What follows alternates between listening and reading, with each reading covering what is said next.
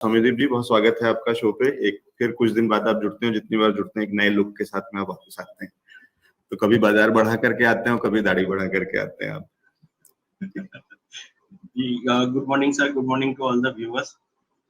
Good morning sir. और फिलहाल अच्छी बात यह है कि इस बार आपकी दाढ़ी भी बढ़ी हुई है और बाजार भी बढ़ा हुआ है। अच्छा लग रहा है सर कि और सस्टेन होगा या कितना होगा कितना नहीं होगा?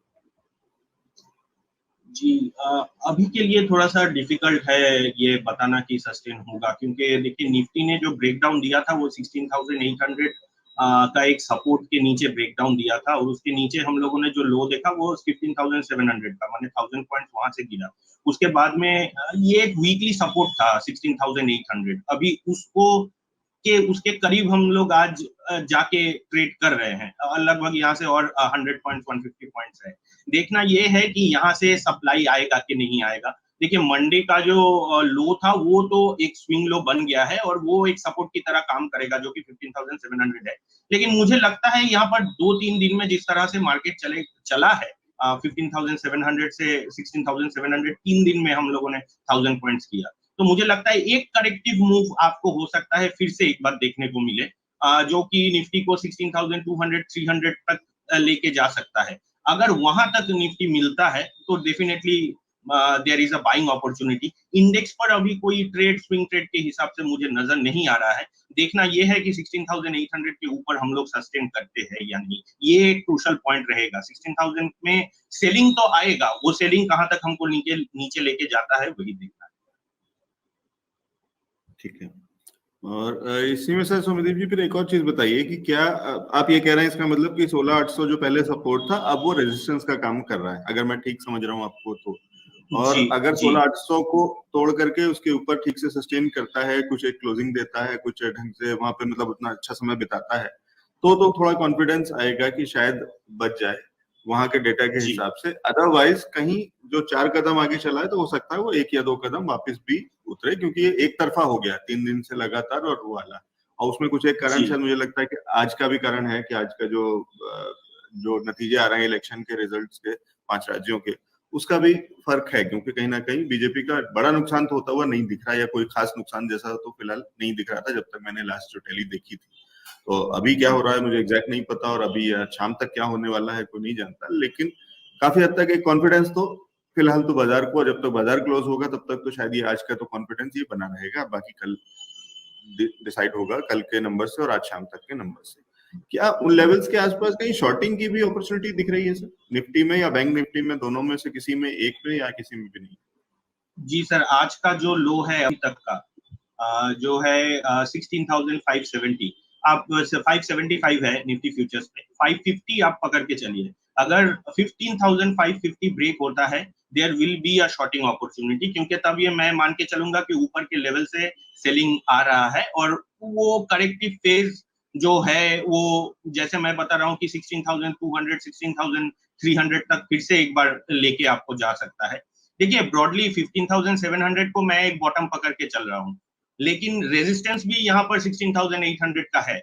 तो यहाँ पर ट्रेड जो है अगर आपको लेना है, एक तो लॉन्ग साइड पे बनता नहीं है क्योंकि रैली मिल चुका है। शॉर्ट साइड पे एक आप डेफिनेटली, अगर आप एग्रेसिव ट्रेडर हैं तो शॉर्ट साइड पे एक ट्रेड ले सकते हैं, लेकिन कंडीशनल सेल है। अगर आज का लो ब्रीच होता है सेकेंड हाफ में या फिर कल, तो फिर एक शॉर्ट ट्रेड इनिशिएट किया जा सकता है उस दिन का हाई का स्टॉप लॉस। ठीक है, तो ये स्ट्रेटेजी लेवल्स को ध्यान रखें। ये राय है सौम्यदीप जी की। और सौम्यदीप जी, किमी शर्मा जी कह रही हैं कि सौम्यदीप जी अलग लग रहे हैं लेकिन हैंडसम लग रहे हैं, बड़ी दाढ़ी उनको सूट कर रही है। ठीक है, तो बधाई हो सर, आपकी दर्शकों को भी आपकी दाढ़ी पसंद आ रही है। ठीक सर, कुछ जिस तरीके के बाजार में कुछ जो रिकवरी आई है, क्या कुछ नई खरीदारी या कुछ सिग्नल कहीं कोई स्टॉक स्पेसिफिक कुछ निकल रहा है, या आपका वेट एंड वॉच अभी भी चालू है? नहीं, देखिए इंडेक्स पे ट्रेडिंग अपॉर्चुनिटी नहीं है, लेकिन एक जनरल एडवाइस मैं यहाँ पर देना चाहूंगा कि इंडिविजुअल स्टॉक्स में, लार्ज कैप स्टॉक्स अगर आपको इतना बड़ा करेक्शन के बाद में मिल रहा है, अगर आप शॉर्ट टर्म ट्रेडिंग के बारे में सोचना बंद करके थोड़ा सा लॉन्गर टर्म होराइजन ले, तो stocks like Hindustan Unilever, stocks like Tata Motors, Tata steel, जितना बड़ा करेक्शन, टीसीएस, इनफैक्ट सभी स्टॉक्स करेक्ट हुए हैं। तो इन तरह के लार्ज कैप स्टॉक्स में आपको डेफिनेटली एक्यूमुलेशन करना चाहिए। आप 2-3 दिन का, 1 हफ्ते का, 2 हफ्ते का व्यू छोड़ के थोड़ा सा 3 महीने 5 महीने के पर्सपेक्टिव से अगर देखें तो इनमें डेफिनेटली एक्यूमुलेट कीजिए। जो लोग इक्विटी में आना चाहते थे, नया इन्वेस्ट करना चाहते थे, वो म्यूचुअल फंड्स भी देख सकते हैं फॉर अ लमसम इन्वेस्टमेंट। ये तो ट्रेडिंग को छोड़ के थोड़ा सा जनरल एडवाइस है। एक स्टॉक में यहाँ पर मुझे लग रहा है कि हो सकता है ये बॉटम आउट होने का पहला सिग्नल इसने कल ही दे दिया हो, वो है रिलायंस इंडस्ट्रीज। क्योंकि क्रूड के प्राइसेस जिस तरह से बढ़े हैं उसका बेनिफिट रिलायंस को मिलेगा, और कल जिस तरह का मूव इसने दिया है, मुझे लगता है 2200 का काफी स्ट्रॉन्ग सपोर्ट है स्टॉक में। जब तक ये 2200 के ऊपर ट्रेड कर रहा है, आप 2600 से लेकर 2700 के टारगेट एक्सपेक्ट कर सकते हैं रिलायंस में। थोड़ा सा टाइम होराइजन आपको बड़ा करना पड़ेगा, 1-2 महीने का आपको व्यू रखना पड़ेगा। तो मुझे लगता है 2600 पहला टारगेट, दूसरा टारगेट 2700 का, स्टॉप लॉस 2200 का रहेगा रिलायंस में। तो रिलायंस में एक अपॉर्चुनिटी दिख रही है, थोड़ा सा व्यू 2 से 3 महीने का कम से कम रख के चले। जल्दी मिल जाता है लेवल तो अच्छी बात है, नहीं तो टारगेट्स भी बता दिए, बहुत बड़े टारगेट्स नहीं, लेकिन अपने हाईज को वापस जो 2 से 3 महीने के अंदर इस बीच का जो हाई था, जो कि 25-50 के आसपास का था, उनको वापस से शायद रिटेन कर सकता है या उसके ऊपर निकल सकता है। तो वो कहीं सौम्यदीप जी को दिख रहा है, और उसके चलते रिलायंस में खरीदारी की राय बहुत और तरीकों से भी, जो उससे पहले वो जो जनरल एक एडवाइजरी दे रहे थे उसके हिसाब से भी वो फिट इन बैठता है कि एक बड़े स्ट्रॉन्ग स्टॉक के साथ में आप हैं।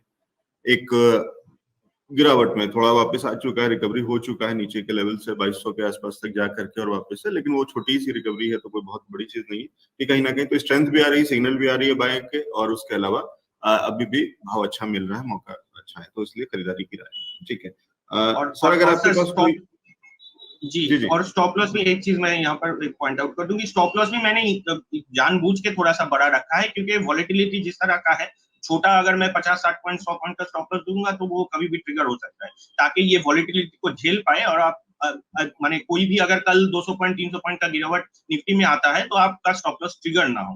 तो 2200 का स्टॉप लॉस एक ठीक ठाक स्टॉप लॉस बैठता है, और 200 पॉइंट्स का आपका रिस्क है, अपसाइड में 300 पॉइंट्स का टारगेट है अगर 2700 हिट करता है।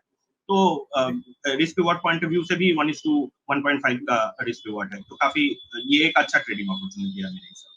ठीक है, तो ये एक अच्छा ट्रेडिंग अपॉर्चुनिटी है, और वोलेटाइल काफी है, 2200 से 2400 आने में उसको 2 दिन नहीं लगे, तो इसलिए भी कहीं ना कहीं स्टॉप लॉस थोड़ा सा डीप रखने की कोशिश है, सेफ साइड, नहीं तो कभी भी ये ट्रिगर हो जाएगा, तो वो भी एक रिस्क है, क्योंकि जिस तरीके की वोलेटिलिटी अभी फिलहाल है बाजार में। ठीक है सर, फिर आप और कोई नई ट्रेड सजेस्ट कर रहे हैं ना फिलहाल? एक ये मैं और एक स्टॉक को पॉइंट आउट करना चाहूंगा, लेकिन थोड़ा सा रिस्की स्टॉक है, इसको मैंने पहले भी रेकमेंड किया था, लेकिन उसका स्टॉप लॉस ट्रिगर हो गया है। मुझे लगता है फिर से आप इसमें एक बार री एंट्री ले सकते हैं। स्टॉक को वॉच कीजिए, वो है एजिस केमिकल्स। ये भी 201 का करंट मार्केट प्राइस है, इसने जो लो किया था वो 170 का। ये कंडीशनल बाई होगा, अगर ये स्टॉक 215 के ऊपर निकलता है कभी भी अब नेक्स्ट 1-2 हफ्ते में, तो इसमें एक बाइंग अपॉर्चुनिटी लिया जा सकता है, इसमें एक बाइंग अपॉर्चुनिटी दिखेगा। और अपसाइड में मुझे लगता है पहला टारगेट जो आएगा वो 250 का और दूसरा टारगेट 280 तक का आपको मिल सकता है।